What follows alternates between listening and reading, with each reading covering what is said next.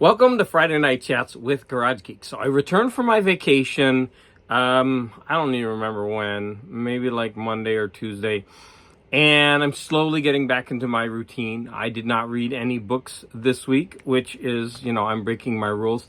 But I gave myself a little leeway since I was on vacation. So hopefully by next week, I will go back to my, what do you call that? New Year's resolution, where I don't even know if it was a New Year's resolution, but I made a resolution for the summer, right? The summer resolution that I was going to read one book per week because they're short.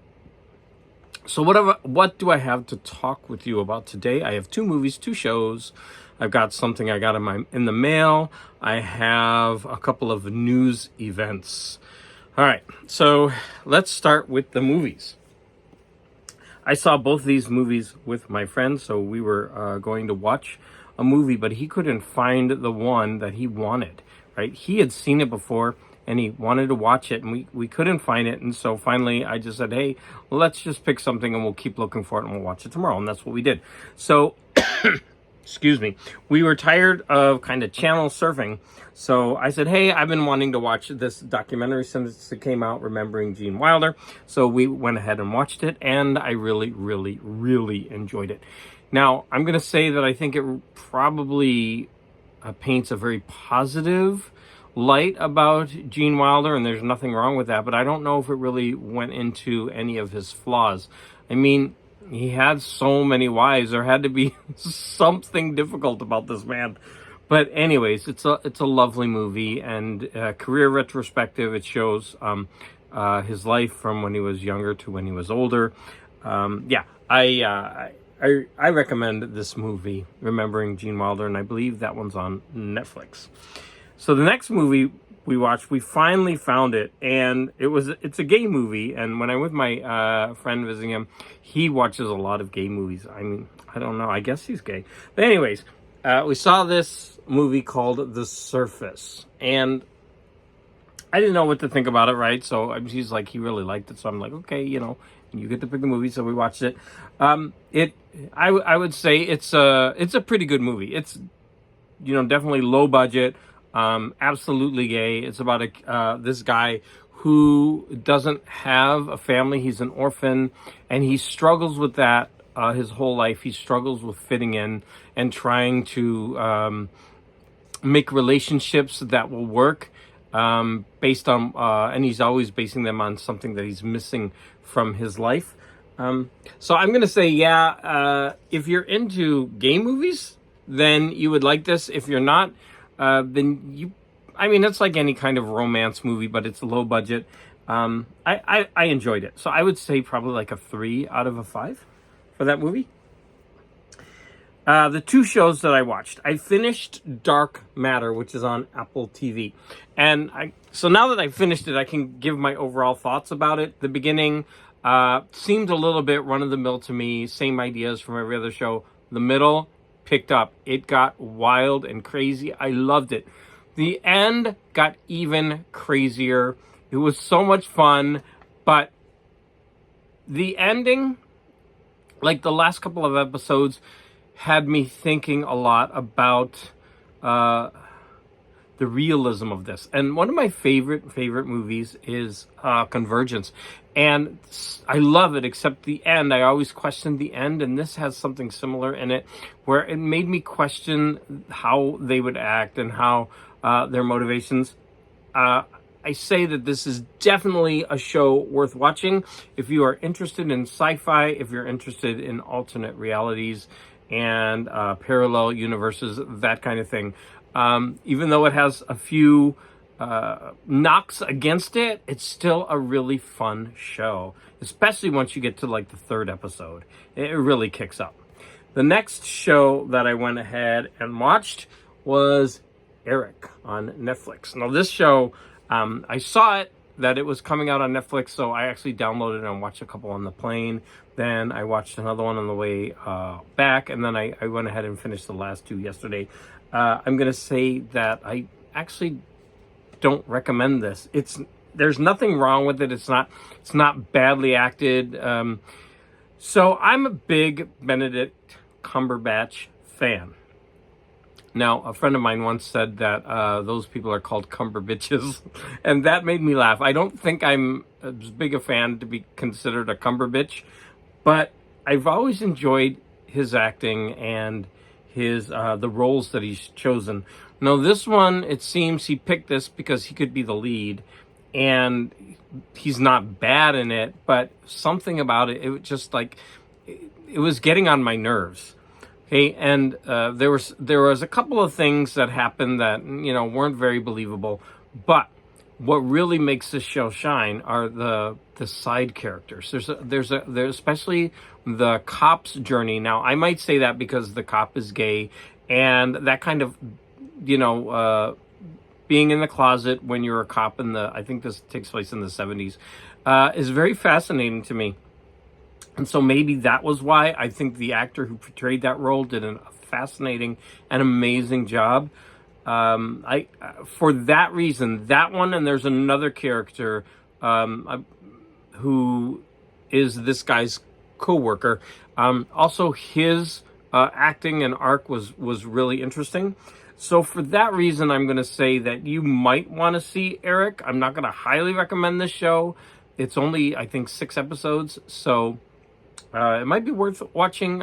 I'll leave it up to you. If you have any interest in what I've said, then go ahead and watch it. But if you don't like Benedict Cumberbatch, or you don't like anything that I might have said, then yeah, definitely it's a miss. Yeah, high praise, right? Okay, so I ordered a bunch of Star Trek novels, and that's because I have a bunch of Star Trek novels that I've been showing off recently, and so I went ahead and ordered more. And now what I wanted to get the ones from the initial run. Now there's a whole slew of Star Trek books, and they start being numbered, and in fact a couple of these get put into that, and it's a series. But these are all the books before the series, and I'm just going to quickly run through them. They're all Star Trek books.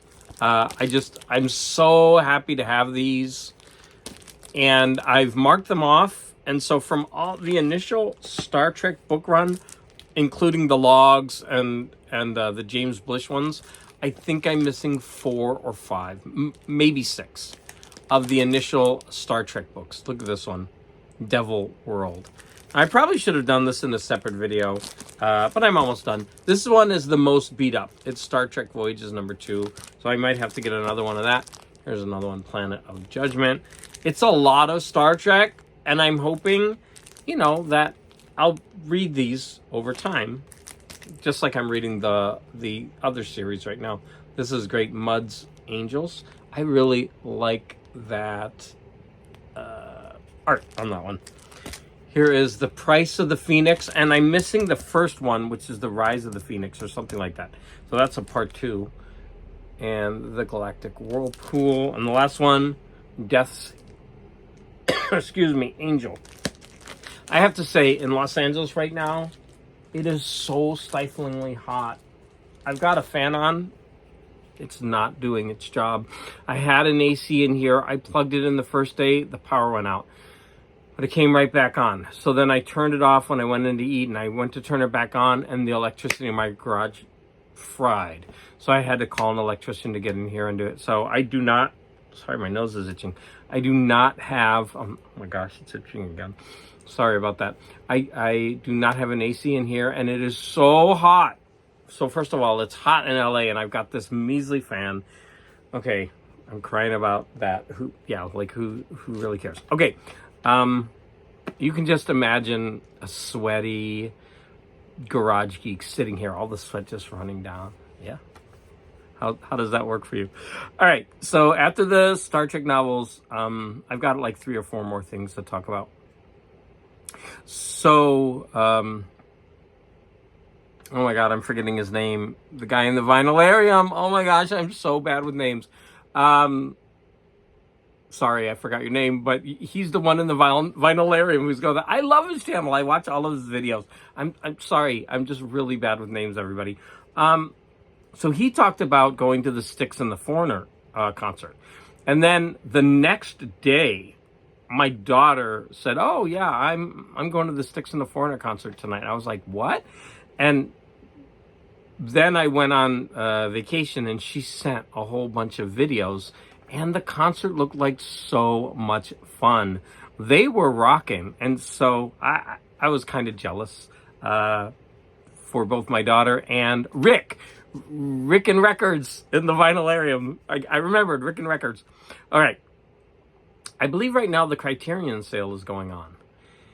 And I'm going to be a good boy, and I am not going to order anything. I have so many movies to watch, and I'm being irresponsible. I'm buying too much stuff. My husband's right. I'm being a hoarder. I really have to start selecting a lot better everything that I buy. So I'm sure that will last for about 3 weeks. I go through that phase where I do that every so often. So anyways, instead of buying more things, which I know I'll still do anyway, I want to focus on threads more.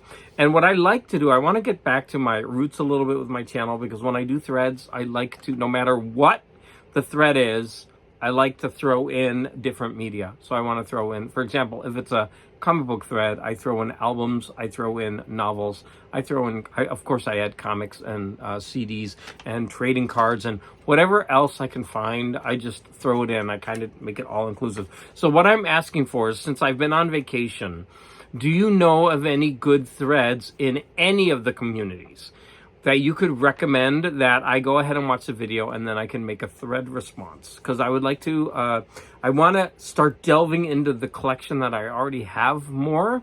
And also I've been doing some videos where I, go through comics that I have. I read, show the art, and also music. Like a lot of the music is based off Spotify and YouTube. I don't actually own them. And I think that's a pretty healthy direction for me to go. So the reason I said that is, yeah, the Criterion sale is going on. I like seeing what people get, but I'm going to try not to let that inspire FOMO in me. I'm going to appreciate what other people buy. I'm not going to try to buy anything from the Criterion sale. I heard this morning on NPR, but you know what? The NPR in Los Angeles has changed their name to the LAist, so they don't call themselves NPR anymore, which was, kind of a weird switch. I guess someone bought them out, but I'm wondering if they're still affiliated. Did that happen like nationwide? I don't know what's going on with that. But anyways, I heard on the radio this morning that there's a 70th anniversary of Seven Samurai. Oh wait, I have pictures for that. Ooh, I had pictures for a couple of the other things as well. So wait, let me go back and show those pictures. So, oh, here's another picture of Eric, and that was the police officer that I was talking about. And here's Seven Samurai. I've always wanted that poster in my room, and I've actually looked in some shops, and if anybody knows if that poster is available, I want that poster. I've always wanted that poster. That's Toshiro Mifune. Wait, Toshio Mifune? Can't remember, but great actor. I love Seven Samurai. I actually saw this movie in the movie theater, not when it first came out, but it's being, there's a revival now, and it's going to be played at like arty movie theaters for one night, and then it's going to go into general release. This movie is phenomenal. It does deserve to be one of the best movies, lauded as one of the best movies ever made. This is such a great movie, and I am actually going to try to go to the theater and see this. It's what's it called? The 4K print? There's like a new 4K print of it. So we'll see. And then here is the advertisement for it. Yeah, just such a great movie. And oh, some other pictures I might have forgotten to show you. I think the only one, oh, there it is, the Styx and Foreigner concert advertisement, and that's it. So I only have one more thing to discuss. So I also heard on the LAist or NPR, I'm just going to keep calling it NPR. I like saying NPR. That libraries are under attack in certain parts of the country. Now, there's been this liberal agenda where, I I hate to say it like that, but you know, a lot of liberal ideas are being thrown at the country, so many all at once, that it's kind of freaking the rest of the country out. And there's a backlash to that. And one of the backlash, I'm not saying I'm for or against them. I think we need moderation. I just think it's too much all at once. And so one thing that's under attack are libraries. Libraries are always under attack. And I heard on NPR that, you know, libraries are being forced to take books out of certain sections, right? Or they're banning certain books like they always have. But certain libraries are being forced to create adult-only sections that children can't see. And one library is even going so far as to create 2 separate buildings. Now, with libraries already in trouble because so many kids don't read that much anymore, funding is probably, you know, they're not probably getting as much funding as they should. This is going to put a huge burden on these libraries. I don't know. It's a shame, because I just think that's just going to divide libraries more. So, for example, if there's a book in a library about trans children, for example, well, then the public might consider that not for a child, but more for an adult, and they're going to either try to ban it from the library, or they're going to try to put it into an adults-only section where kids don't have access to it. And in fact, the library, I remember, I said it wrong before. So this library is not going to allow children in at all unless they have or access to that section unless they have a signed waiver from their parents. So a child will come into the library and they're like, oh, you can't come in here unless you go home and get this signed by your parents. So the kid's not going to understand why. They take the form home. The parent's going to be like, why does my child need this to go to the library? And so it's just a very, very weird situation with libraries in certain parts of the country right now. So that is my Friday night chats. I've been busy the last couple of days making some YouTube videos. If you've watched those videos, I would like you to comment, because the videos that I'm making require a lot of edits for me. So I don't mind doing it. So I had a lot of clips. I had a lot of pictures, which, you know, I have to crop the pictures and I have to add them in one by one. In my comic video that I showed, I had 150 pictures, and that actually took me almost 2 to 3 hours to edit. I just want to know what your opinion is. Should I just hold the comics up and show them? I mean, it would be so much easier. And the reason I say that is because I don't get a lot of views for those things that I actually spend a long time on. It's a labor of love. But if I'm only going to get like 30 or 35 views, and I could get the same amount of views without even editing that much, just holding up the comic, I don't think it looks as nice, because I love seeing those images like right on the screen. Holding it up like this is fine, but you don't get the art as crisp as seeing that image there on the screen, and then you're able to zoom in. So I would like to know what your thoughts are. Should I continue to do that? Or should I just take the easy route and hold up the comic and say, look, yeah, this is a really cool art. And this, I struggle with that. That's something I struggle with. Also, when I do my music videos, I add a lot of music clips, and that actually takes a long time to like listen, cut, add. And with that one comes the problem with copyright, because I always get a copyright strike when I do that. But if I don't do that, people really don't have a sense of the music that I'm talking about. I mean, I don't describe things that great where you're going to understand the music more. But I noticed that most people don't even bother to do that. They just, you know, they show the albums, they talk about it. They don't add clips, and they still get all the views. So I'm wondering, do I really need to do all of that extra if it's, you know, not going to get extra views or more? Like I'm not like a view hound, but I'm just wondering, like, if other people get the views and they don't do that extras, do I need to focus the time to do that? So 2 things I need from you. What do you think about that?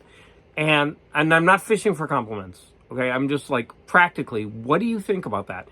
And number two, if you know of any really good threads, like I said, would you go ahead and leave that thread, maybe the name of the person's channel and the name of the video so I could easily find it in the comments. And I want to thank all of you, as always, for watching, supporting, and it's just so hot in LA. Like, I'm gonna go ahead and turn off this this video, and I'm going to go ahead and open up the door, get some air going through here. I closed the door because my dogs, if they're outside, they'll be barking. And since I try not to edit my Friday night videos, okay, that's way too much information that you don't need to know. I want to thank all of you again for the support. And I want to remind you to all, please, please, please be more intelligent.